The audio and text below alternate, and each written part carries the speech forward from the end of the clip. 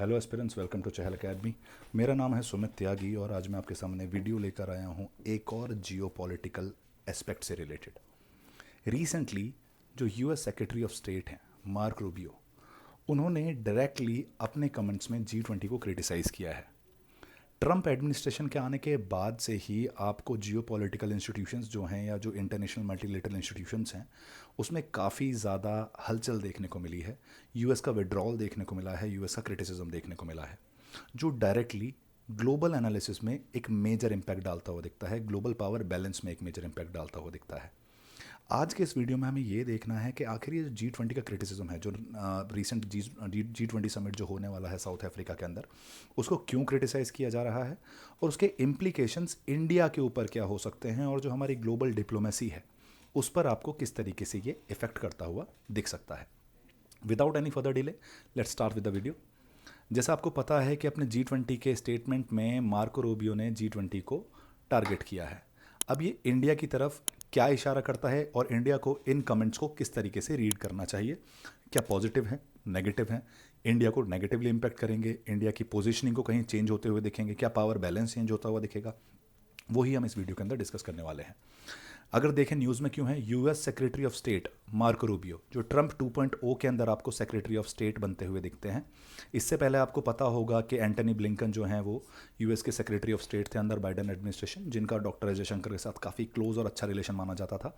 अब ये जो मार्क रूबियो आए हैं, वैसे तो ये एंटी चाइनीज़ पर्सपेक्टिव के लिए जाने जाते हैं, प्रो इंडियन पर्सपेक्टिव के लिए जाने जाते हैं, लेकिन इनका जो G20 को लेकर क्रिटिसिज्म रहा है वो इंडिया पर भी एक नेगेटिव इम्पैक्ट डालता हुआ दिख सकता है। रिसेंटली इन्होंने मना कर दिया है कि ये जो G20 फॉरेन मिनिस्टर्स मीट होने वाली है जोहान्सबर्ग में साउथ अफ्रीका के अंदर, उसको ये अटेंड नहीं करेंगे। क्यों? क्योंकि साउथ अफ्रीका DEI और क्लाइमेट चेंज की बात कर रहा है। उसने मेन थीम जो रखी है, DEI का मतलब होता है डाइवर्सिटी, इक्विटी एंड इंक्लूसिवनेस या फिर इंक्लूसिविटी। अब बेसिकली ये जो बात है, आप जब क्लाइमेट चेंज की बात करते हैं और उसमें DEI एस्पेक्ट की बात करते हैं तो बेसिकली हमें वापस ये वहीं लेके चला जाता है जिसके लिए डेवलप्ड वर्ल्ड एग्री नहीं कर रहा है, जिसे हम बोलते हैं कॉमन बट डिफरेंशिएटेड रिस्पॉन्सिबिलिटीज़। इसका मतलब ये है कि देखो, 1750 में हमारा इंडस्ट्रियल रिवॉल्यूशन स्टार्ट हुआ, तब से कार्बन एमिशंस जो हैं वो आपको कंटिन्यूसली इंक्रीज होते हुए दिखे इन दी डेवलप्ड वर्ल्ड। यहाँ तक कि जब डेवलपिंग कंट्रीज़ की बात आती है तो यहाँ आपको जो कार्बन एमिशंस हैं वो काफ़ी लेट स्टार्ट होते हुए दिखे। लेटर 20th सेंचुरी में, जो लेट 20th सेंचुरी थी उसके अंदर आपको यहाँ बेसिकली हम ज़्यादा इंडस्ट्रियलाइज होते हुए दिखते हैं। जो थर्ड वर्ल्ड कंट्रीज़ हैं, जो डेवलपिंग कंट्रीज़ हैं, वो इंडस्ट्रियलाइज होती हुई दिखती हैं। तो उससे पहले उनका कार्बन एमिशन में बहुत ज़्यादा कंट्रीब्यूशन नहीं रहा है। अब डेवलपिंग कंट्रीज़ का ये कहना है कि जब आप क्लाइमेट चेंज की रिस्पॉन्सिबिलिटी लेते हैं तो वो इक्वल नहीं हो सकती, वो इक्विटेबल होनी चाहिए। मतलब कि रिस्पॉन्सिबिलिटी सबकी कॉमन है, सबको क्लाइमेट चेंज को कंट्रोल करना है, लेकिन वो डिफरेंशिएटेड है, सबकी बराबर नहीं है। जिम्मेदारी सबकी है क्लाइमेट चेंज को कंट्रोल करना, लेकिन सबकी जिम्मेदारी बराबर नहीं है। इसको हम बोलते हैं कॉमन बट डिफरेंशिएटेड रिस्पॉन्सिबिलिटीज़। मतलब जो फोर फ्रंट पे जो ज़्यादा लीड लेनी चाहिए, जो लीडरशिप रोल निभाना चाहिए काउंटर करने के लिए क्लाइमेट चेंज को, वो डेवलप्ड वर्ल्ड को निभाना चाहिए। और जो डेवलपिंग वर्ल्ड है वो अभी भी अपनी ट्रांजिशनल पर्सपेक्टिव में है, अपनी डेवलपिंग पाथ पे वो चल रहे हैं, उनके ऊपर उतना ज़्यादा प्रेशर नहीं डालना चाहिए क्योंकि उनके लिए वेलफेयरिज्म बहुत ज़्यादा इंपॉर्टेंट हो जाता है। लेकिन यूएस का कंप्लीटली क्लाइमेट चेंज से विड्रॉ कर लेना और साउथ अफ्रीका का G20 थीम में डाइवर्सिटी, इक्विटी और इंक्लूसिवनेस का रखना और साथ में उसे क्लाइमेट चेंज से जोड़ देना कहीं ना कहीं यूएस के प्रेजेंट पर्सपेक्टिव के अगेंस्ट जाता हुआ दिखता है। इस वजह से जो मार्को रूबियो हैं, उन्होंने साउथ अफ्रीका में होने वाले फॉरेन मिनिस्टर्स मीट को क्रिटिसाइज़ किया है और अटेंड करने से मना कर दिया है। फॉर्मर प्रेसिडेंट जो डोनाल्ड ट्रंप है और जो इस टाइम पे प्रेजेंट प्रेसिडेंट हैं डोनाल्ड ट्रंप ने, उन्होंने साउथ अफ्रीका के लैंड कन्फिस्केशन और को भी क्रिटिसाइज़ किया है और उन्होंने ये बोला है कि वो साउथ अफ्रीका की तरफ जो फंडिंग जाती है यूएस की, उसको कट कर दिया जाएगा, उसको कट करने का भी थ्रेट या वार्निंग प्रोवाइड की है। मूविंग ऑन, साउथ अफ्रीका का एक मेजर इशू जो है यूएस को, वो है साउथ अफ्रीका का case against Israel. South Africa जब से इसराइल हमास कन्फ्लिक्ट स्टार्ट हुई है, कंटिन्यूसली इसराइल के अगेंस्ट खड़ा हुआ दिखता है। इसराइल के अगेंस्ट इंटरनेशनल जुडिशल फोरम्स जो हैं, चाहे जैसे इंटरनेशनल कोर्ट ऑफ जस्टिस, वहाँ जाता हुआ दिखता है। तो इन्होंने क्या किया था, साउथ अफ्रीका ने एक जेनोसाइड केस फाइल किया था इसराइल के अगेंस्ट ICJ के अंदर, और उसके लिए उन्हें इंटरनेशनल सपोर्ट भी मिला था। मतलब काफ़ी हद तक उन्होंने इंटरनेशनल सपोर्ट भी गेन कर लिया था against this Israel genocide case. US का जो रिपब्लिकन रिस्पॉन्स था, उनका कहना है कि ICJ एक मजाक है, एक जोक है, और जो उसके प्रेसिडेंट हैं नवाज सलाम, ये एक एंटी सेमाइट हैं, मतलब ये एंटी जूइश पर्सपेक्टिव पे चलते हैं। तो जब भी कभी इसराइल की बात आएगी तो आपको उसके अगेंस्ट ही खड़े होते हुए दिखेंगे, और ये एक बायसनेस दिखाता है आईसीजे की फंक्शनिंग में। इसलिए जो सेनेटर हैं लिंडसे ग्रैहम, जो रिपब्लिकन पार्टी से ही बिलोंग करती हैं, उन्होंने पूरी तरीके से इसको डिस्कार्ड कर दिया है, आईसीजे के पूरे एडमिनिस्ट्रेटिव और जुडिशियल एस्पेक्ट को ही डिस्कार्ड कर दिया है। उन्होंने ये भी बोला है कि जो भी कंट्री इजराइल के अगेंस्ट एक्शंस को सपोर्ट करती हुई नजर आएगी या इजरायली लीडर्स के अगेंस्ट एक्शन को सपोर्ट करती हुई नजर आएगी, उनके ऊपर सैंक्शंस भी लगाए जा सकते हैं। राइट, इसे हम बोलते हैं बैगर दाई एनिमी। इस पॉलिसी को बोला जाता है बैगर दाई एनिमी। इसका मतलब होता है कि आप ऐसी इकोनॉमिक पॉलिसी बनाओ जिससे सामने वाले को तो इकोनॉमिक लॉसेस हों और आपको इकोनॉमिक गेन्स हों। जनरली यूएस ये पॉलिसी जो है वो रशिया के अगेंस्ट अपनाता है, लेकिन अभी उन्होंने बोला है कोई भी कंट्री अगर इजराइल लीडर्स के अगेंस्ट जाती हुई दिखती है या इन सैंक्शंस को सपोर्ट करती हुई दिखती है, इन एक्शंस को सपोर्ट करती हुई दिखती है, तो उसके अगेंस्ट वेस्टर्न सैंक्शंस लगाए जा सकते हैं। साउथ अफ्रीका का काउंटर मूव हमें इस तरीके से देखने को मिला। जब ये क्रिटिसिज्म देखने को मिला तो साउथ अफ्रीका भी चुप नहीं बैठा, उसने एक काउंटर मूव किया। उन्होंने एक ग्रुप लॉन्च किया जिसे हम बोलते हैं हैग ग्रुप, जिन्होंने बोला कि जो ICJ international court of justice और जो इंटरनेशनल क्रिमिनल कोर्ट की रूलिंग्स हैं उनको अपहोल्ड किया जाए और उन्हें पूरी तरीके से एस्टेब्लिश या इंप्लीमेंट किया जाए। इसमें उनको मेजर सपोर्ट मिला मलेशिया का। ये जो पूरा हैग ग्रुप जो बनाया गया, माना जाता है कि ये जो यूएस के कांग्रेशनल एफर्ट्स थे इंटरनेशनल कोर्ट्स को अंडरमाइन करने के लिए, उनको काउंटर करने के लिए किया गया। कि यूएस एक तरफ इन इंटरनेशनल कोर्ट्स को काउंटर करने के या क्रिटिसाइज कर रहा है, जबकि ये हैग ग्रुप जैसी ग्रुपिंग जो है ये इंटरनेशनल कोर्ट्स को और इंपॉर्टेंस प्रोवाइड करने की कोशिश करती है, उनकी रूलिंग्स को अपहोल्ड करने की बात करती है। ट्रंप का सीधा सीधा जो प्रपोजल अभी आया है वो भी बहुत कंट्रोवर्शियल है। ट्रंप का कहना है कि जितने भी पैलेस्टीनियंस गाजा के अंदर रह रहे हैं उन्हें इजिप्ट और जॉर्डन में शिफ्ट हो जाना चाहिए, जबकि जो इंटरनेशनल कोर्ट ऑफ जस्टिस की जो रूलिंग थी, जिन्होंने टेरिटोरियल इंटीग्रिटी और सोवरेनिटी नॉर्म्स को रिकॉग्नाइज किया था पैलेस्टीनियंस के, पूरी तरीके से उसके अगेंस्ट जाता हुआ दिखता है और काफ़ी हद तक ये इंटरनेशनल लॉ को भी वायलेट करता हुआ दिखता है। साथ के साथ आपको just a sec, international laws को भी क्रिटिसाइज करता हुआ दिखता है, वायलेट करता हुआ दिखता है, और जो ओवरऑल सोवरेनिटी वाला एस्पेक्ट है पैलेस्टीनियंस की, जो राइट टू सेल्फ डिटर्मिनेशन है, उसके अगेंस्ट भी जाता हुआ दिखता है। इसी वजह से जो भी कंट्री पैलेस्टीनियन कॉज को सपोर्ट कर रही थी during this Israel Hamas war, वो इस चीज़ से एग्री नहीं कर पा रही हैं और वो यूएस को भी क्रिटिसाइज कर रही हैं। हैग कोर्ट को टारगेट किया जाना, ट्रंप एडमिनिस्ट्रेशन कंटिन्यूसली, या यूएस के हम बोल सकते हैं स्पेसिफिकली रिपब्लिकन पार्टी जो ट्रंप के अंदर फंक्शन करती है, वो जो इंटरनेशनल कोर्ट ऑफ जस्टिस हुई या फिर वो इंटरनेशनल क्रिमिनल कोर्ट हुई, दोनों को ही क्रिटिसाइज करते हुए आए हैं और टारगेट करते हुए आए हैं। 2017 से 21 का जो ट्रंप 1.0 पीरियड था, उन्होंने आईसीसी के ऊपर, इंटरनेशनल क्रिमिनल कोर्ट के ऊपर सैंक्शंस लगा दिए थे, उनके ऑफिशियल्स के ऊपर सैंक्शंस लगा दिए गए थे। लेकिन जब बाइडेन एडमिनिस्ट्रेशन आती हुई दिखती है आपको यूएस के अंदर, तो उन्होंने इन सारे सेक्शंस को रिवर्स कर दिया था, क्योंकि उन्हें यूक्रेन वॉर में जो क्राइम्स किए जा रहे थे उनको इन्वेस्टिगेट करने के लिए आईसीसी की नीड पड़ी। तो देखो आप ये देखो कैसे अपनी कन्वीनियंस के हिसाब से ये इंटरनेशनल कोर्ट्स का यूज़ करने की कोशिश कर रहा है यूएस।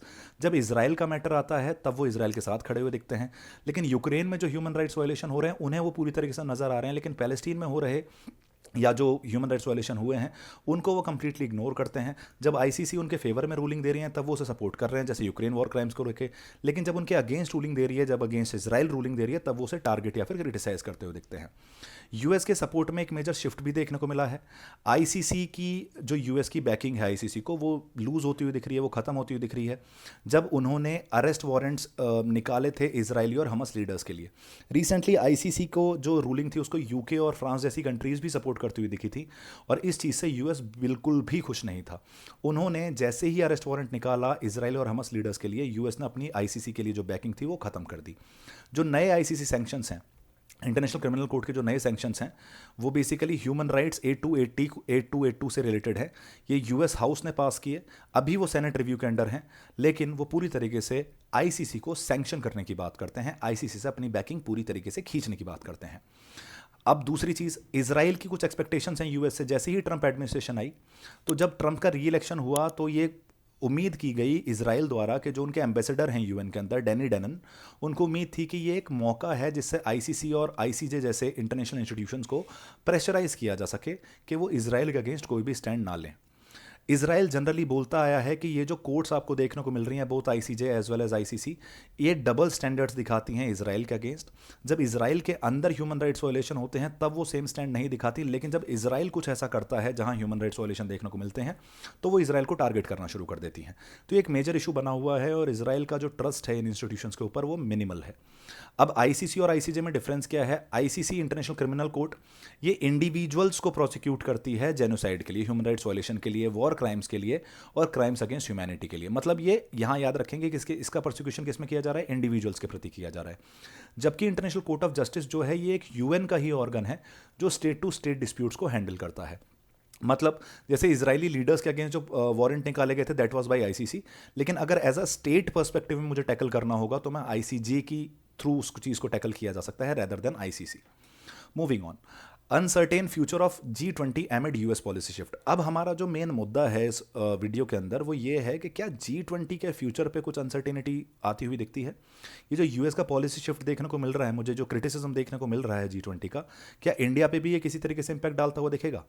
रूबियो का जो क्रिटिसिज्म है ये पूरी तरीके से साउथ अफ्रीका के जो G20 प्रेसिडेंसी है उसको टारगेट करता हुआ दिखता है। ये कहना कि वो G20 को क्रिटिसाइज कर रहे हैं ये थोड़ा सा टू अर्ली हो जाएगा, अभी इस चीज़ के लिए ऐसा यूएस का कोई स्टेटमेंट नहीं आया है। लेकिन यूएस का जो कमिटमेंट है मल्टीलेटरल प्लेटफॉर्म्स को लेकर वो काफ़ी हद तक ऑलरेडी क्वेश्चन में है। डब्ल्यूएचओ से विड्रॉ करना, डब्ल्यूटीओ को कंटिन्यूसली क्रिटिसाइज करना, प्रोटेक्शनिस्ट पॉलिसीज अपनाना, रीजनलाइजेशन को प्रमोट करना, ये दिखाता है कि कैसे वो डी ग्लोबलाइजेशन की तरफ मूव कर रहे हैं और मल्टीलेटरल इंस्टीट्यूशंस के जो रेलेवेंस है, जो सिग्निफिकेंस है, उसको इरोड करते हुए नजर आते हैं। खैर फिलहाल जो अभी चल रहा है, उन्होंने रेदर देन G20 को क्रिटिसाइज नहीं किया, उन्होंने साउथ अफ्रीका की G20 प्रेसिडेंसी को क्रिटिसाइज किया है। लेकिन स्टिल कंसर्न की बात तो अभी भी है। अपकमिंग G20 मीटिंग्स के बारे में अगर देखा जाए तो रिसेंटली अभी आने वाले समय में 20 से 21 फरवरी 2025 को एक फॉरेन मिनिस्टर्स मीटिंग होने वाली है जिसमें मार्को रूबियो ने पार्टिसिपेट करने से मना कर दिया है। उसके बाद 22-23 नवंबर 2025 को लीडर्स समिट होने वाला है, G20 major summit, main summit होने वाला है, जहां ट्रंप और मोदी, उम्मीद की जा रही है कि दोनों वहां भी जाकर मिलेंगे और बायलैटरल मीटिंग्स भी कंडक्ट कराई जा सकती हैं। ट्रंप का जो प्रीवियस अप्रोच रही है G20 को लेकर तो 2017 से लेकर 2021 तक, ट्रंप को आपको पता है उन्होंने अमेरिकन फर्स्ट पॉलिसीज को प्रमोट किया है, जिसकी वजह से टेंशंस भी क्रिएट होती हुई दिखती हैं, टैरिफ वॉर्स भी राइज होते हुए दिखते हैं। दूसरी चीज़, यूएस वापस आइसोलेशनिस्ट पॉलिसी की तरफ जाने की कोशिश कर रहा है, जिसे हम मुनरो डॉक्ट्रिन बोलते हैं, जो 1945 से पहले यूएस फॉलो करता था और क्लाइमेट इशूज़ पे पूरी तरीके से अपने आप को विड्रॉ करता हुआ दिखता है। जो कॉमन रेस्पॉन्सिबिलिटी तो छोड़ो, या कॉमन बट डिफरेंशिएटेड रेस्पॉन्सिबिलिटी तो छोड़ो, वो कॉमन रेस्पॉन्सिबिलिटी लेने के लिए भी तैयार नहीं है। ये जो शिफ्ट है G20 का, जो फोकस है free trade to reciprocal trade, aligning with his trade war against China. अब इनका कहना था कि G20 जो है, जनरली हमारा जो G20 है एक टॉप 20 इकॉनमीज की ग्रुपिंग है जिसमें ग्लोबल साउथ को भी रिप्रेजेंटेशन देखने को मिल जाता है from the point of view of country like India. लेकिन अब G20 प्रमोट करता है फ्री ट्रेड, ट्रंप बात करते हैं रेसिप्रोकल ट्रेड की। मतलब अगर यूएस किसी पर्टिकुलर कंट्री पे कम टैरिफ लगा रहा है तो सामने वाली कंट्री को भी कम टैरिफ लगाना चाहिए। वो डिफरेंशिएशन पूरी तरीके से भूल चुके हैं कि US is a developed world और बाकी कंट्रीज जो थर्ड वर्ल्ड कंट्रीज हैं उनकी बार्गेनिंग कैपेसिटी या उनकी इकोनॉमिक कैपेसिटी यूएस के बराबर नहीं है, तो रेसिप्रोसिटी दिखाना पॉसिबल नहीं हो पाएगा। लेकिन यूएस का मेजर टारगेट है चाइना, जिसमें इंडिया जैसी कंट्रीज को भी कभी कभी सफ़र करना पड़ जाता है, या उसके खुद के एलाइज, जैसे चाहे वो ईयू हो जाए, चाहे वो जापान हो जाए, उन कंट्रीज को भी सफ़र करना पड़ जाता है। इससे हमें यह भी पता चलता है कि ट्रंप 2.0 के अंदर थोड़ी सी अनसर्टेनिटी तो आपको G20 में आती हुई दिख सकती है। जो ट्रंप का एग्रेसिव स्टांस है या स्टैंड है, अनलाइक हिज फर्स्ट टर्म में इतना ज़्यादा उन्होंने G20 को क्रिटिसाइज नहीं किया था। काफ़ी हद तक ये दर्शाता है कि यूएस का रोल जो है G20 में वो आपको कम होता हुआ दिख सकता है। यूएस अपनी जो कॉस्ट बेनिफिट रेशियो से देखने को मिल रहा है G20 से, शायद वो उसे पूरी तरीके से एनालाइज नहीं कर पा रहा, या फिर उसमें वो उसको बहुत मेजर एक ग्रुपिंग की तरह देखना पसंद नहीं कर रहा आज की डेट में, जिसकी वजह से क्रिटिसिज्म या क्रिटिसाइजिंग स्टेटमेंट भी आपको आते हुए दिख जाते हैं। अब उनकी जो एडमिनिस्ट्रेशन की अप्रोच है मल्टीलेटरलिज्म को लेके, वो अभी भी अनसर्टेन बनी हुई है, अभी भी पूरी तरीके से क्लियर नहीं है, जिसकी वजह से यूएस का जो एंगेजमेंट है G20 के साथ, उस पर भी सवाल खड़े होते हुए दिखते हैं। सॉरी, इससे इंडिया को परेशान होना चाहिए या नहीं? दूसरी चीज़, पॉसिबल सिनेरियोज क्या क्या बनते हुए दिखते हैं जब हम G20 की बात करते हैं। देखो, इंडिया के लिए G20 one of the most important platform है। क्यों? क्योंकि वो यूएन से भी ज़्यादा इंपॉर्टेंट मानता है G20 को, अगर कॉम्प्लेक्स ग्लोबल इश्यूज़ को रिजॉल्व करने की बात है। अब ये कॉम्प्लेक्स ग्लोबल इश्यूज़ क्या हैं? ये कॉम्प्लेक्स ग्लोबल इश्यूज़ हैं क्लाइमेट चेंज, ये कॉम्प्लेक्स ग्लोबल इश्यूज़ हैं रिफॉर्म्स इन फाइनेंशियल इंस्टीट्यूशंस, और आप बोल सकते हैं ग्लोबल टेररिज्म, टैक्स इवेजन, ये जो सारी चीज़ें आपको देखने को मिल रही हैं, ये सारी चीज़ें इंडिया चाहता है कि G20 पे बेटर तरीके से डील की जा सकती हैं when compare to an institution like UN, क्योंकि यहाँ आपको स्पेसिफिक वो कंट्रीज बैठी हुई दिखती हैं, टॉप 20 इकोनॉमीज, जो इसमें लीड ले सकती हैं। इंडिया की जो लीडरशिप है ग्लोबल साउथ में, ये G20 ने और ज़्यादा स्ट्रेंथन कर दिया। जो 2023 में इंडिया के अंदर G20 समिट हुआ था, वो काफ़ी हद तक इंडिया को ग्लोबल साउथ की लीडरशिप में एक टॉप पोजीशन या एक लीडिंग पोजीशन में बिठाता हुआ दिखता है। लेकिन अगर G20 को इग्नोर किया जाएगा या फिर लेस सिग्निफिकेंट माना जाएगा, तो इंडिया का जो पॉइंट ऑफ व्यू है जब वो ग्लोबल साउथ लीडरशिप की बात करता है या फिर वर्ल्ड गवर्नेंस में अपने कंट्रीब्यूशन की बात करता है, उस पर एक नेगेटिव इंपैक्ट पड़ता हुआ दिख सकता है। यूएस ने पूरी तरीके से G20 को सपोर्ट किया था बाइडेन एडमिनिस्ट्रेशन के अंदर, यहां तक कि उन्होंने G20 जो प्रेसिडेंसी थी 2023 में इंडिया की, उसको भी सपोर्ट किया था, और इंडिया का जो रोल है ग्लोबल साउथ में उसको भी काफ़ी हद तक डायरेक्टली, आपको आउटराइटली सपोर्ट करता हुआ दिखा था यूएस। यहां तक कि यूएस इंडिया को एक ब्रिज की तरह देखता है ग्लोबल नॉर्थ और ग्लोबल साउथ में। लेकिन ट्रंप एडमिनिस्ट्रेशन के अंदर आपको ऐसी चीज़ें होती हुई दिखे, ये ज़रूरी नहीं है। तो चैलेंजेस आपके लिए बढ़ने वाले हैं, अनसर्टेनिटी आपके लिए बढ़ने वाली है। अगर हम देखें पॉसिबल सिनेरियोज क्या हो सकते हैं, चैलेंजेस क्या क्या आ सकते हैं ट्रंप 2.0 के अंदर, अगर वर्स्ट केस सिनेरियो देखा जाए तो या तो ये हो सकता है कि यूएस कंप्लीटली पुल आउट कर ले। वर्स्ट केस सिनेरियो सबसे बुरा क्या हो सकता है कि यूएस ने G20 अटेंड ही करना बंद कर दिया है, या यूएस ने कंप्लीटली G20 से पुल आउट कर लिया है। इसकी वजह से आपको G20 ग्रुपिंग का वीकन होती हुई दिख सकती है, मतलब G20 ग्रुप थोड़ी सी कमज़ोर पड़ सकती है, उसकी जो रेलेवेंस है, उसकी जो सिग्निफिकेंस है, वो आपको थोड़ी सी वीक पड़ती हुई दिख सकती है। और इससे क्या होगा, इससे रशिया और चाइना जैसी कंट्रीज का इन्फ्लुएंस जो है G20 के अंदर, वो और ज़्यादा बढ़ता हुआ दिखेगा। वैसे मैं इसमें इंडिया भी जोड़ सकता हूँ, लेकिन यूएस का रहना वहाँ हमारे लिए पावर बैलेंस करने के लिए ज़्यादा फायदेमंद है। लेकिन अगर यूएस चला जाता है तो रशिया और चाइना जैसी इकोनॉमीज जो हैं वो G20 को डोमिनेट करना शुरू कर देंगी, और एक मेजर इफेक्ट दिखेगा आपको ग्लोबल पावर डायनेमिक्स में। जिस तरीके से पावर डिवीजन देखने को मिलता है, जिस तरीके से आपको हेजेमनी फाइट चलती हुई दिखती है आज की डेट में, उसमें भी आपको एक उसके पावर डायनेमिक्स भी आपको बदलते हुए दिख सकते हैं। इसके अलावा ऑल्टरनेटिव सिनेरियो हमें यह देखने को मिलता है कि क्या पता ये जो रूबियो का ट्वीट है, ये जो रूबियो ने स्टेटमेंट दिखा है, ये केवल एक नेगोशिएशन टेक्निक हो, जिससे साउथ अफ्रीका को प्रेशराइज किया जा सके कि वो थोड़ा सा कंसिलेटरी स्टैंड ले, इतना ज़्यादा आउटवर्ड स्टैंड ना ले जो यूएस और उसके एलाइज के अगेंस्ट जाता हुआ दिखता है, या फिर जो उसकी क्लाइमेट चेंज की पोजिशनिंग को आउटराइटली बाहर लाता हुआ दिखता है, जिससे यूएस एग्री नहीं कर रहा है। अगर साउथ अफ्रीका एडजस्ट कर लेता है अपनी पोजिशन में, तो यूएस कंटिन्यू करता हुआ दिखेगा आपको G20 के अंदर, जिससे जो G20 की जो रिस्क हैं और जो इंडिया के रिस्क हैं वो आपको कम होती हुई दिखती हैं। साथ के साथ अभी अगर इंडिया की ग्लोबल साउथ लीडरशिप के पर्सपेक्टिव में बात की जाए, तो जो ट्रंप की ट्रांजैक्शनल अप्रोच है, वो यूएस का जो सपोर्ट मिल रहा है इंडिया के रोल को, कि वो ग्लोबल साउथ के लीडरशिप में इंडिया एक मेजर लीड ले, एक मेजर रोल की तरह काम करे, एक मेजर लीडर की तरह काम करे, वो थोड़ा सा आपको कम होता हुआ दिख सकता है। जो बाइडेन एडमिनिस्ट्रेशन का मानना था कि India can play a role of bridge between global south and global north, वो भी आपको उसकी पॉसिबिलिटीज़ भी कम होती हुई दिखती हैं कि यूएस इंडिया को इस तरीके से देखेगा। इंडिया की जो ग्लोबल साउथ डिप्लोमेसी है उसको कॉम्प्लिकेट होते हुए देख सकते हो आप इसकी वजह से, और जो ब्रिजिंग पावर डिपेंड करती है हमारी पूरी तरीके से कि वेस्ट हमें बैक कर रहा है या फिर नहीं कर रहा है। अगर वेस्ट एक बार हमें रिकॉग्नाइज कर ले कि हम ग्लोबल साउथ और ग्लोबल नॉर्थ के बीच में एक लिंक है, तो इंडिया की जो ग्लोबल रिलेवेंस है, सिग्निफिकेंस है, वो आपको काफ़ी ज़्यादा बढ़ती हुई दिखेगी।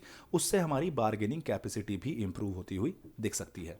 तो दिस वाज ऑल अबाउट जो G20 से रिलेटेड आपको न्यूज़ देखने को मिल रही है। हमने पॉसिबल सिनेरियोज भी देखे, वर्स्ट के सिनेरियो क्या हो सकता है, ऑल्टरनेटिव सिनेरियोज क्या हो सकते हैं, साउथ अफ्रीका के अगेंस्ट आखिर यूएस जाता हुआ क्यों दिख रहा है, और किस तरीके से G20 का वीक पड़ना इंडिया के लिए नुकसानदायक या फिर एक नेगेटिवली इंडिया को नेगेटिवली इंपैक्ट कर सकता है। इन सारी बातों को ध्यान में रखते हुए आपके सामने एक क्वेश्चन है जिसको आप लोग को 250 वर्ड्स में अटेम्प्ट करना है। The question is, examine the implications of the US secretary's of state decision to skip the G20 foreign ministers meeting in Johannesburg. How does this reflect broader geopolitical tensions and shifts in US foreign policy? Please try to attempt this. UPSC is a very dynamic examination, यहाँ आपको dynamic questions आते हुए दिखते हैं, और अगर आप ऐसे क्वेश्चंस के ऊपर ध्यान नहीं देते हैं तो आपकी प्रिपरेशन कभी कंप्लीट नहीं हो पाएगी। Right, try to answer this question in 250 words. चाहे तो आप इसे कमेंट सेक्शन में भी दे सकते हैं, आई कैन रिव्यू इट, नहीं तो आप जहाँ भी इसे लिखना चाहते हैं, जिससे भी रिव्यू कराना चाहते हैं उससे कराइए, लेकिन लिखिएगा ज़रूर। That was all from my and for today. मिलता हूँ आपको एक और इंटरेस्टिंग टॉपिक के साथ अगले वीडियो के अंदर। तब तक के लिए subscribe to our YouTube channel, that is Chahal academy. Have a good day.